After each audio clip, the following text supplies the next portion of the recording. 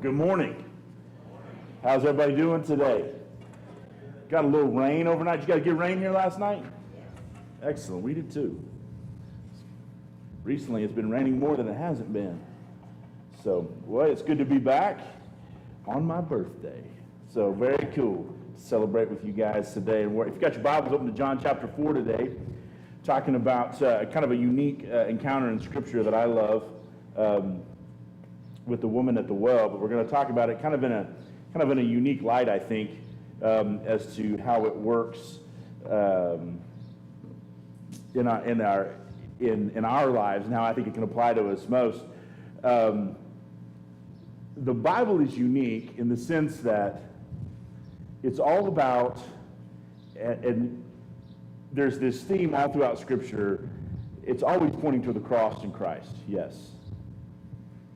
But there's a timing to it all, right? Isn't that kind of fascinating when you look at the series of events and the way that God works? We say it all the time, but I think sometimes what's lost in us is this idea that we'll say, oh, that God's timing is just not our timing. That is very true, but we have no idea just what a big deal God's timing really is, because it is unique. Because he operates outside of time and space. Does that make sense?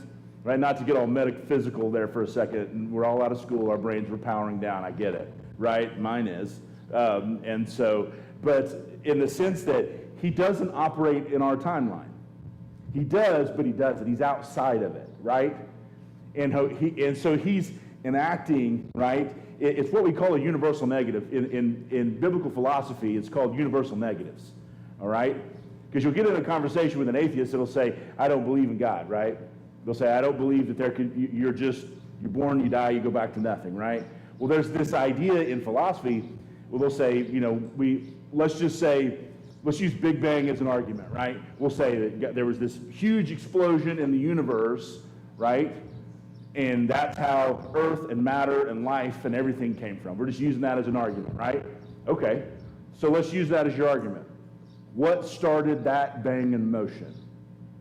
Well, they'll give you redshift theory or something along those lines, right? You're like, okay, excellent, great. Okay, so the cosmos started moving in that direction for that to happen. What enacted that? And they'll take another step back, right? They can never get to the beginning, okay? Because there is something operating outside of time and space that is making that happen, right? Okay, so you've now taken, because, not to get into, apologetics here for a hot second, but to take an atheist to an agnostic is a big deal, right? Because now they've gone from there is no God to there is the potential of a God. There could or could not be. Because the best thing you ever have an argument with an atheist and they says, there is no God, you'll say, well, you're an atheist, you're actually an agnostic. And like, no, I'm not, I'm an atheist, I don't believe in God. Well, for you to say that there is no God is to say you yourself is omniscient, thus you know everything, thus you are a deity. You yourself is a God, therefore there's one at least and it's you. All right? So, right? It's an easy argument. You can get an atheist to an agnostic in about 45 seconds. All right? Because you get them to the point of, well, there could or could not be. Now we can start having a conversation. That's not even what we're talking about today. That was all free. All right? And so here's the deal. We understand that God operates outside of time and space. So all throughout Scripture, in our lives, in our moments, and all of these things, God does these things in our time that he has set in motion that we get to be a part of, and the Bible is no different. And in John chapter 4, there's this incredible encounter with this woman at the well where it was all set up by God's timing. By Jesus taking his disciples through in a way that they did not travel. All right, so let's go look in John chapter 4 just for a second. We'll jump in to get started. And it's just a simple sentence so you'll know what I'm talking about here. When we get to John chapter 4, just at the very beginning, it says, now when Jesus learned that the Pharisees had heard that Jesus was making and baptizing more disciples than John, although Jesus himself did not baptize, but only his disciples, he left Judea and departed again for Galilee, and he had to pass through Samaria. No Jew went to Galilee through Samaria. 0.0. that was not the route. They had a route that took like 2 extra days, because remember, the Samaritans could not be the hero of any story, even though he was in Jesus' parables. Samaria was the direct route to Galilee, but they never went that way because they felt that was an unclean path, because the Samaritans were an unclean people. Jews could not travel that way, so they took the long way around to get there. That was just how they traveled. They didn't like, I'm just doing the shortcut today, I'm just not feeling the long way. It was always the long way. Does that make sense? Right?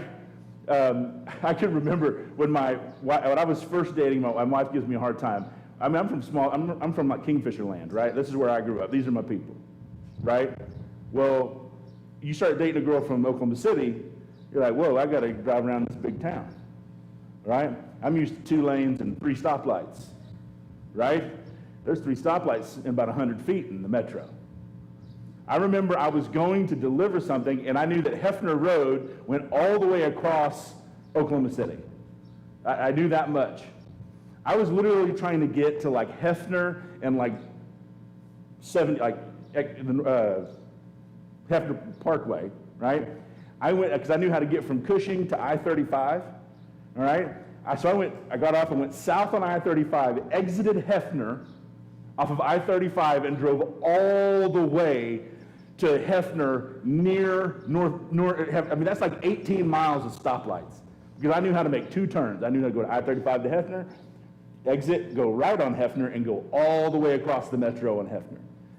Didn't think about the turnpike, none of that. So, because I knew one route, and that's the only route I took, right? Because that was the absolute longest way possible. I mean, Hefner will take you a hot minute to get all the way across Oklahoma City, right? Because I didn't know any better. The Jews had one route and one route only, and it was always the long way. It didn't take me long to realize this is a horrible way to get where I'm going.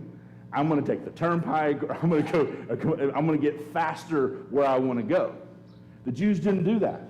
They always took the long way. Why? Because Jesus had a meeting in a time, in a space that he needed to get there, and he needed to teach his disciples a lesson.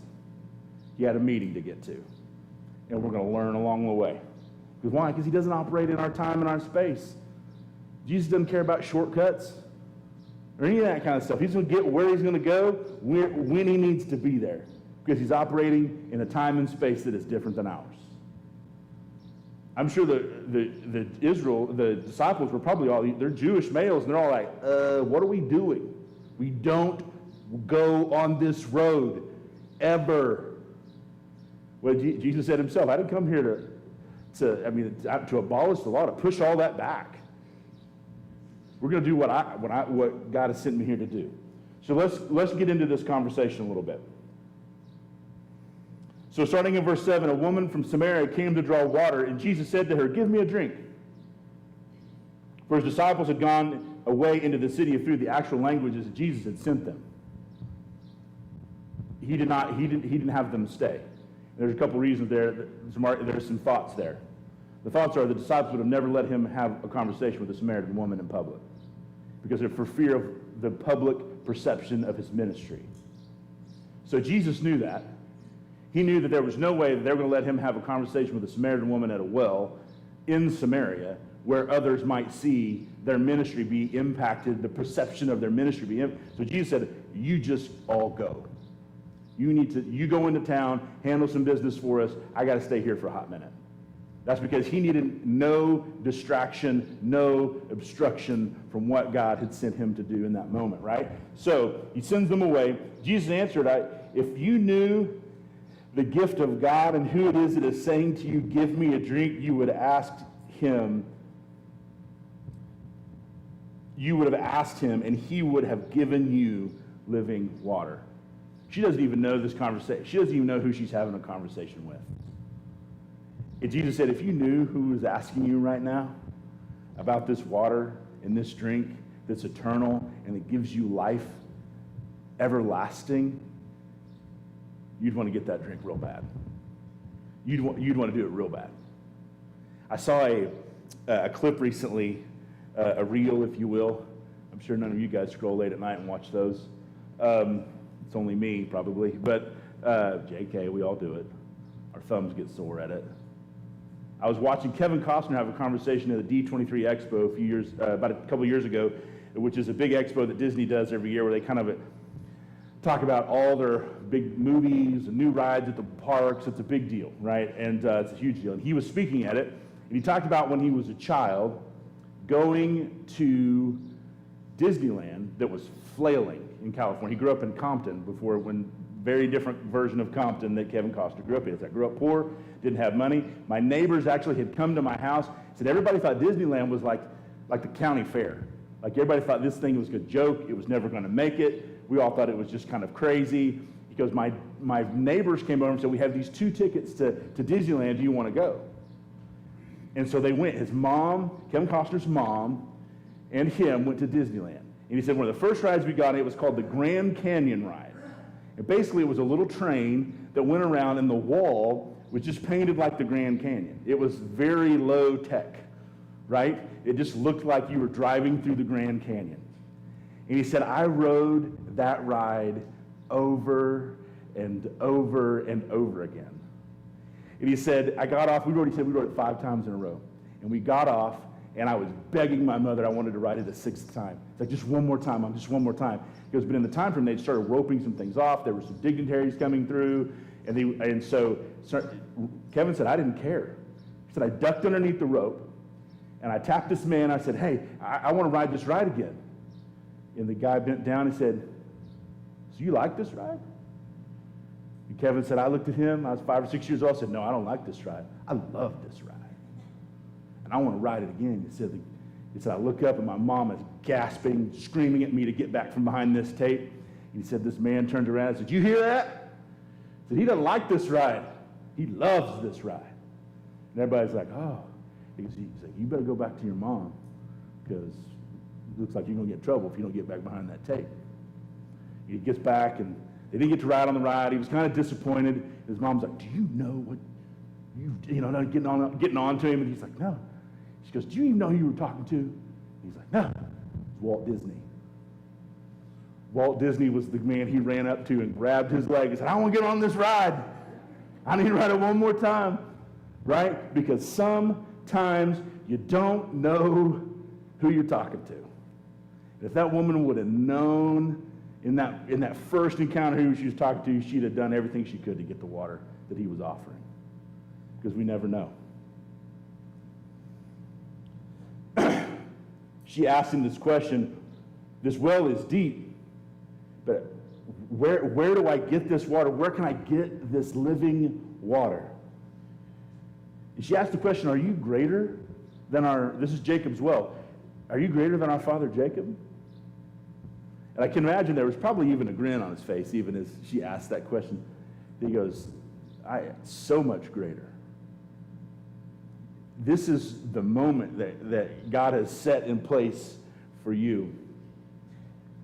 He gave us this well. He drank from it himself and all of his sons and his livestock. And Jesus said to her in verse 13, everyone who drinks of this water that I give will never be thirsty again. They will never thirst again.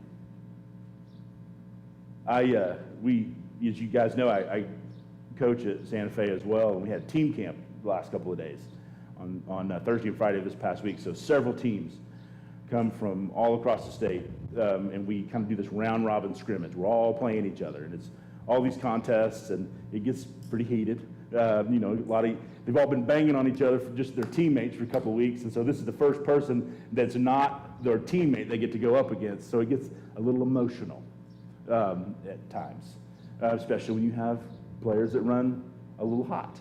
Just their resting mode is an 11, all right? They're just kind of where they're wired. And so it was hot.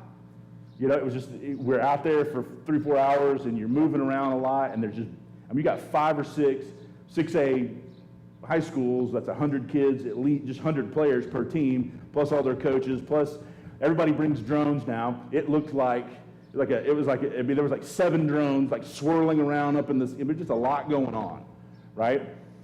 And we found out on Friday after we were done that our booster club, and I hadn't had any water. I was thirsty. By the time noon hit and it was time to leave, right? I was just like, the booster club was like, hey, we have Gatorades for you guys as you're going back into the field house. You can grab a Gatorade. And I was like, oh, man. They told us that with about an hour to go, and I was like, man, that Gatorade's going to hit. I was dying of thirst. I was so thirsty. And so we leave the field, we're walking off, and I grab that Gatorade, and I'm walking into the field house.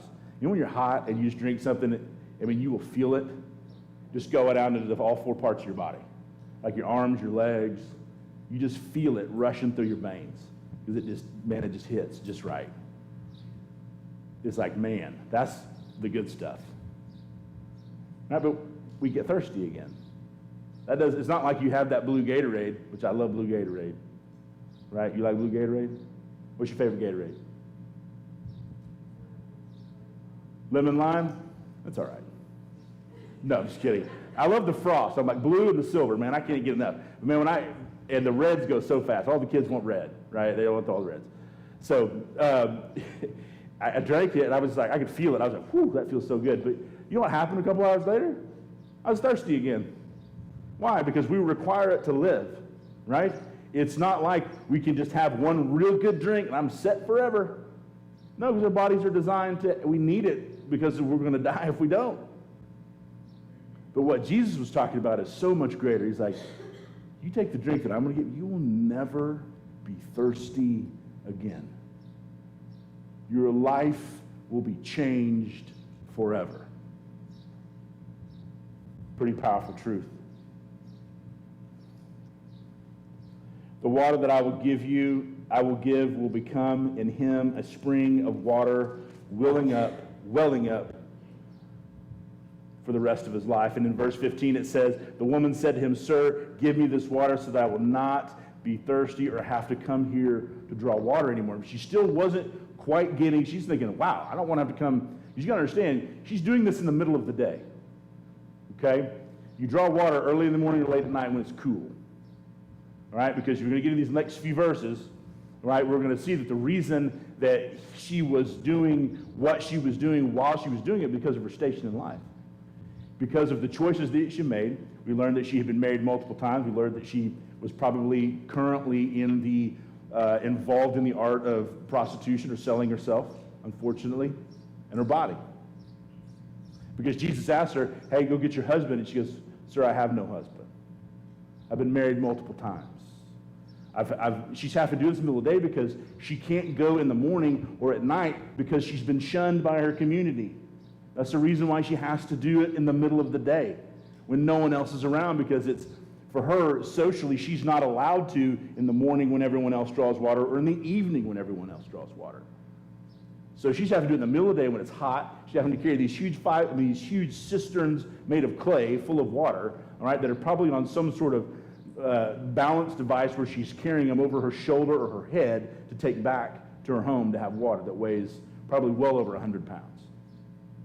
That's how she's having to get water. She's doing this all by herself because there's no one else who will help her. No one else will help her draw this water. So she's sitting there thinking, if I could get something that doesn't make me ever have to do this again, that'd be a huge help. Because this is brutal doing it. He's like, no, you're still not with me yet. You're not quite understanding what I'm saying. You haven't, the page hasn't quite turned. He keeps having this conversation with her. He keeps telling her about this life. Let's fast forward again to verse 21. And Jesus said to her, woman, believe me, the hour is coming when you ought to worship. Jesus said to her, woman, believe me, that you do not know. We worship what we know, for salvation is from the Jews. But the hour is coming, and now is here, when true worshipers will worship the Father in spirit and truth, for the Father is seeking such people to worship him. God is spirit, and those who worship him must worship in spirit and truth. I know that the Messiah is coming, she said, who is called the Christ. And when he comes, he will tell us all things. And Jesus said to her, right, I speak to you. He uses an I am statement, just like in the Old Testament. I am he. She realizes, because she's learning about worship on, we worship on this mountain, and we worship on this mountain. And he's talking about spirit and in truth. And he kind of encapsulates all this moment. There's a time when the Messiah will come. And she understands that, and he goes, I am he. I'm the one you've been looking for. I'm the one you've been waiting for. It's her Walt Disney moment. She realizes she's been talking to the Christ the whole time. And her life has changed drastically forever in that very moment. Why? Because God operates outside of time and space. He had to go through Samaria to get where he had to be.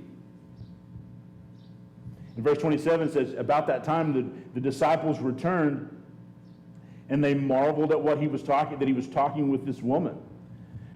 But no one said, what do you seek, or why are you talking with her? So the woman left her water jar and went away and said to the people, come and see a man who told me all that I ever did. Can this be the Christ? And they went out of town and were coming to him. Here's this woman. Has to go in the middle of the day because of her station in life, because she can't be there any other time because of the sin that she's lived in, that Jesus knows about and calls her out and actually speaks in front of her own sin and her own struggle.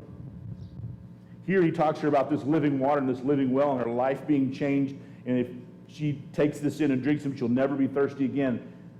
Right? He tells her all of these things, and she realizes who she's talking to. And she changes from the inside out in that moment. Here this woman is shunned by everyone. The disciples come and they're marveled at what they're hearing and what they're seeing, that he's talking to her in the first place. They cannot believe all this is happening. And who runs back into that town to tell anyone who would listen, the Christ has come? The Samaritan prostitute. Not even the disciples did that. The disciples had just been in town buying food. Were they going around telling everybody Jesus at the well? Nope. It was this woman, in that moment, ran back into that town to anyone who would listen and said, he knows things about me he shouldn't know. He is the Christ, and he's right outside of town, and y'all all better get out there. And what does it say? They all came.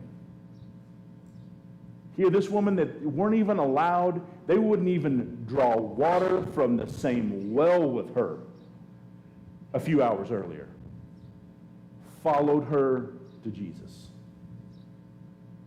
That is being where you're supposed to be when you're supposed to be there. All because Jesus needed to do something, because if he takes the long way and just listens to his disciples, they don't ever have that encounter.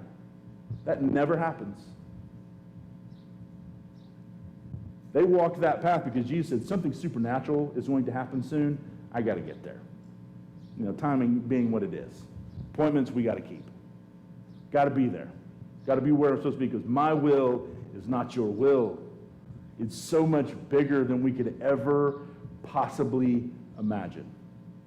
It's fascinating to me to watch and to experience in my own life and in your life. You can go easily backtrack to events in your life and you look and see, holy smokes, God was doing things I did not even know was happening. Can't even begin to wrap my mind around it. I made a note in my notes. There's in 2 Samuel chapter 11, there's a verse at the very beginning. It's chapter 11, verse 1. That's a powerful verse when you look at the events that follow after. In 2 Samuel chapter 11, it says, in the springtime when kings were at war, David was on his rooftop. Now that doesn't seem like a big deal. But when you go and look and see what happens after that, you realize that if David had been really where he was supposed to have been, he could have saved himself a lot of heartache. Because where was the king supposed to be? With his army. But he felt comfortable enough to stay behind and be on his rooftop enjoying an evening. And what did he see? Bathsheba. Led to murder, deceit, war, destruction, heartache, pain. All because he wasn't where he was supposed to be when he was supposed to be there. And God had to teach him a valuable lesson that my time is not your time. And if I need you to be somewhere, that's where I need you to be. And he had to take David through all of that, right? So that he could come on the other side and be where ultimately he needed to be. But he could have saved himself a lot of pain along the way. But God's will is not our will, and God's time is not our time. We shared this story. My wife's going to get mad at me for telling this story, but it's emotional, and it's okay. Right? It's been 15, 16 years. I can talk about it in public. So my whole family's up here. Most of my family's up. My wife, two of my three. My youngest is on a mission trip and has been gone for like 13 days. She comes back on Tuesday. And my in-laws are here, Ron and Marcia. Marcia is a classmate of Joyce Bolenbach, graduated high school together. John Marshall Bears. Go Bears. So, as you know, my twins are up here, Elena and Alexis. So, about 15 and a half years ago, Elena, who's sitting up in the front row, went through some medical stuff that was pretty scary. Kidneys failed out of nowhere, couldn't figure out why. Children's Hospital, Mercy Hospital, all this stuff. I'm having like biopsy conversations with doctors, and they're like talking about taking the other twin's kidney and giving it to this twin. I'm like, what are we doing? Like, what is happening? Right? Well, that was in December, right? That's like Christmas time when all that was happening. Right? You're having these thoughts of wanting to spend Christmas in Children's Hospital, and she hadn't, she's retaining water, she's bloated, and she's 2.5 years old, and you're like all these things, and they're the scariest conversations, right, you've ever had in your whole life. You don't even know how to answer them. At night, I was staying in the hotel. I was staying in the hospital room with her because our youngest, Hallie, was a baby, and so Ashley was having to take her at home at night and do all those types, those things. And I'm set up with her, and she's had to take all this medicine. She loves chocolate, right? That's my fault, all right? And so she had to take this horrible medicine that was awful to the taste, called sodium bicarbonate, because she couldn't filter her own blood because her kidneys failing. And so they had to give her this basically like poison to help filter her blood. It's awful to the taste. And she's 2.5, and there's no real way to negotiate with a 2.5-year-old about the medicine they need to take to save their life, so we do it with Dove chocolate. And I would get those 1-pound bags, and I would unwrap all the pieces, and you only have to drink about this much. Let me tell you what, that would take about 10 pieces of Dove chocolate to get that much liquid down, because the nurse at one point said, you should try it. And I was like, I don't know about that. And so I couldn't even talk, but she had to. Well, rewind back to August. Okay, this is December. Go back about 4 months. Okay? Out of nowhere, this tornado hits my wife's school, James L. Dennis, in Putnam City. Right? Tears the roof off, rains like buckets of water, floods the library. It was a mess. They got put out into they had a couple of grades in a church. They had a couple of grades at another elementary school. They had a couple of grades in the hallway of PC North High School. I mean, they were scattered for months until they got done rebuilding the school. In fact, the storm was so isolated and so unique to that moment that when Ashley called me to tell me that she was okay, I didn't even know. I was like, I'm okay too. And I was like, what are we talking about? She goes, tornado just hit my school. I'm like, what? Time out. Because I was just 5 or 6 miles away, sunshine. It literally came out of nowhere so fast. Well, we became friends with this church that they were housing part of her school. She became friends with the pastor. And he was a great guy. He still pastors today. He pastors at Faith Church. Great guy named Josh Cossey.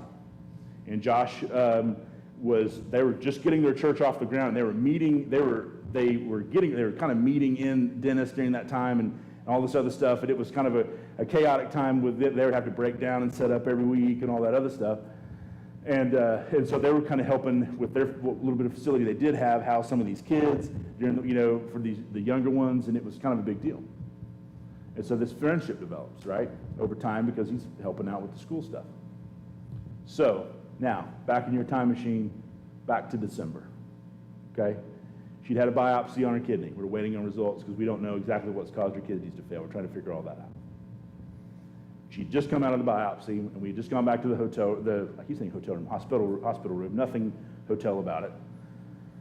And while we're sitting there trying to figure out, what our next move or what our next, waiting on these results and just kind of just gut-wrenching the whole time, Josh comes up with his intern or whoever it was and said, hey, we visited out in the hallway for a little bit. He goes, hey, I just want to come and pray with your family. And I was like, absolutely. So Josh comes in, and we're grateful that he was there.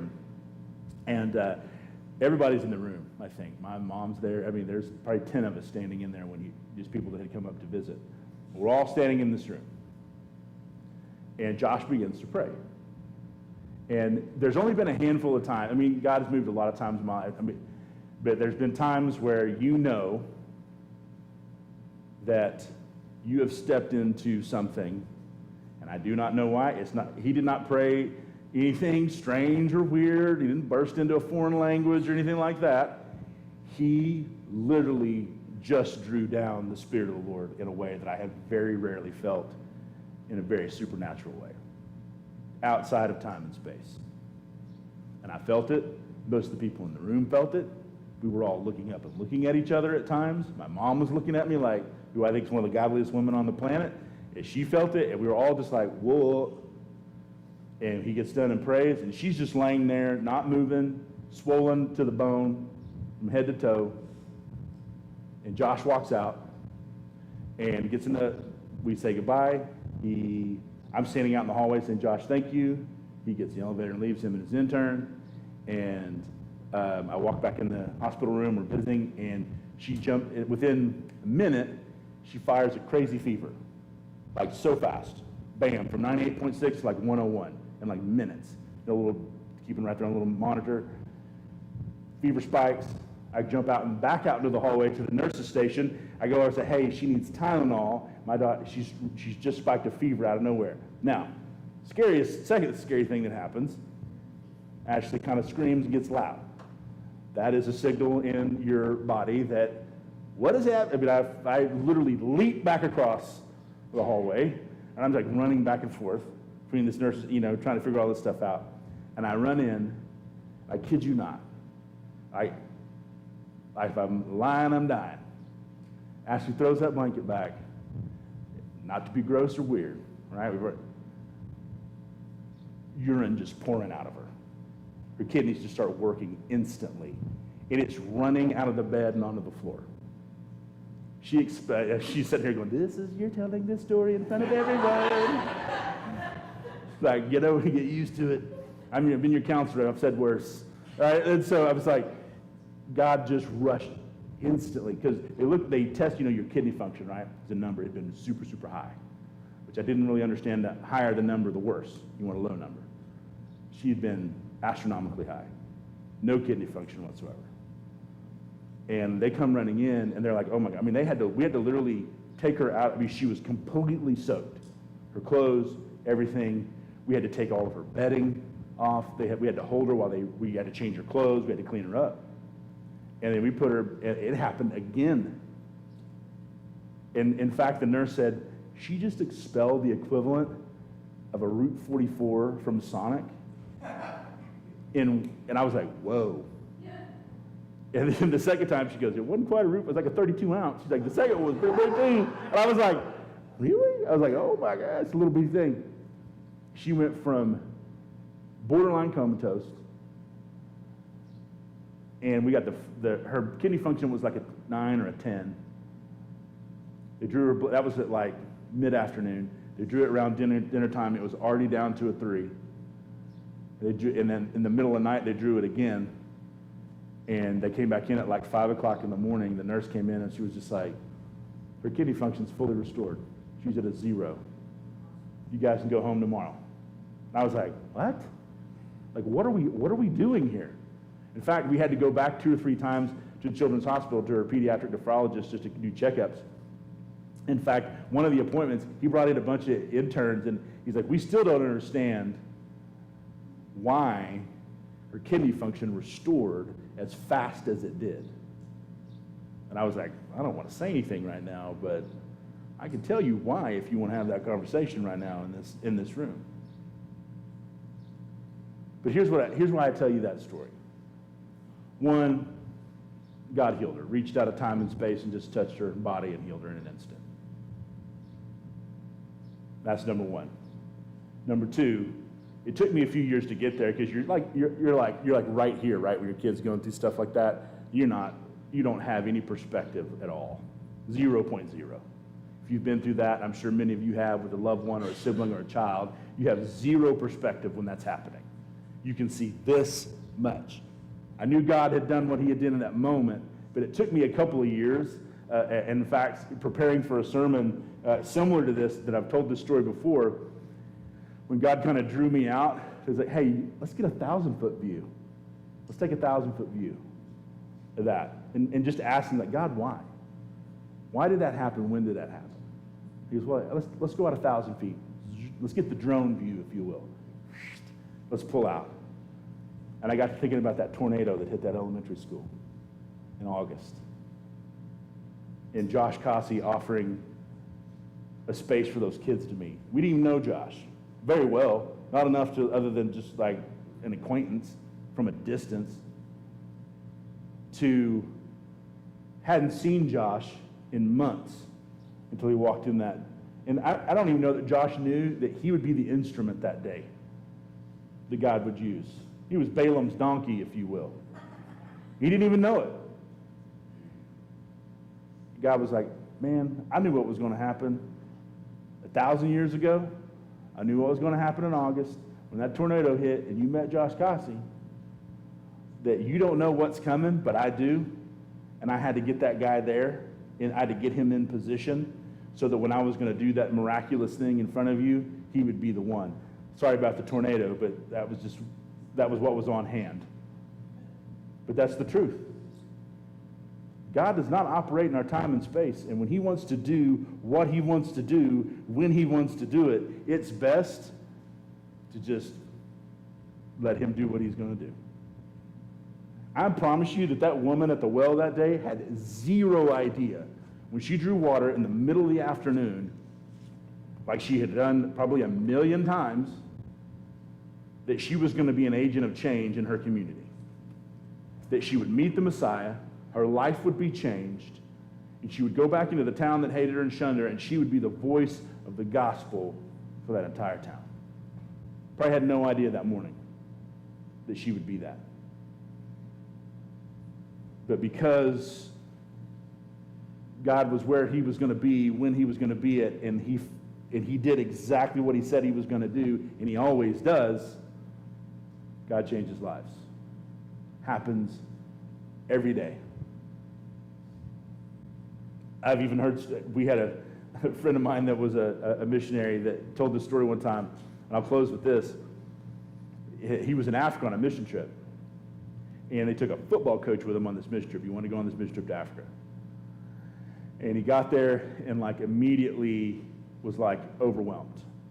Like just the first time they went out in this village, and it was scary. And I mean, there's like warlords and all this different stuff. And this big tough football coach got brought to his knees pretty quick and wouldn't even get out of the car. Stayed in the van. Told Ron and his team, they were like, I said, I'm not getting out. You can't make me. I'm freaked out. I'm not doing it. They're like, all right. So they left him in the car. Well, they were smart about it. They turned the car off. And old boy, about 10 minutes sitting at African heat in that van, he started rethinking life. And he saw a shade tree about 50 feet away, right? And there was a guy up underneath the tree sitting there, and he's like, I'll just go sit out here by this tree with this. I'll go sit over here in the shade. I can't sit in this car any longer. So he gets out, and he goes and literally like sits on the opposite side of the trunk of the tree from this guy that's sitting on the other side of the tree.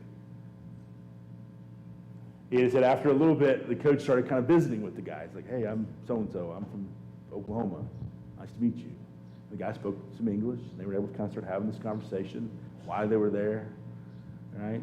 And next thing you know, they start slowly kind of scooting around the tree, get close where they can see each other, and next thing you know, they're kind of sitting side, kind of face to face, side by side, in the shade tree, start having this conversation.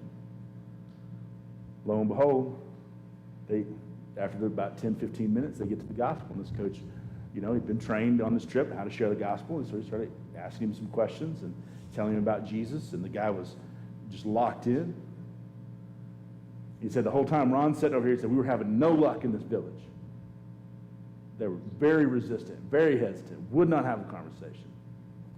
He said all of a sudden, this coach starts walking into the village with this man he'd been talking to on the tree, by the tree.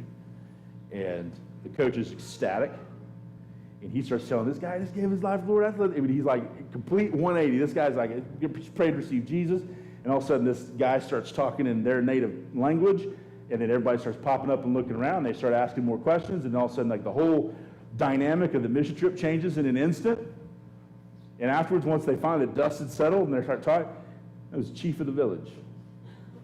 Was just taking a break out underneath the tree. And this coach who was 100% resistant and was almost going to melt in that van because he was like, I'm not doing this, was a change agent for an entire village in Africa because God said, you have no idea who you're about to go sit next to, and I'm going to change this whole village. And I'm going to use another donkey to do it. Because God will do what he's going to do, when he's going to do it, with whoever he's going to do it with. And I have decided a long time ago that I'm just going to go ahead and jump on that train, and I'm just going to be a tool in the toolbox, right? Because it's better to just go ahead and be in the toolbox and be the one that Jesus reaches for in the moment and be used than not be in the toolbox at all, right? So when you think about this week and where you're going to go and what you're going to do, you are a tool in the arsenal, right? You're a bullet in the chamber, if you will, and you're to be used. You've just got to put yourself and make yourself ready and available. And I promise you, when you step into that moment, what will happen is God will bless you at some point, and he'll pull you out and give you that 1,000-foot view, and he'll show you. Remember when you were a little hesitant and you pushed back, and let me show you what it took to get you where that was at. And you see the picture, and you're like, holy smokes, I was a link in a chain, and I got to be the one, right? I got to be the one. All right, let's pray.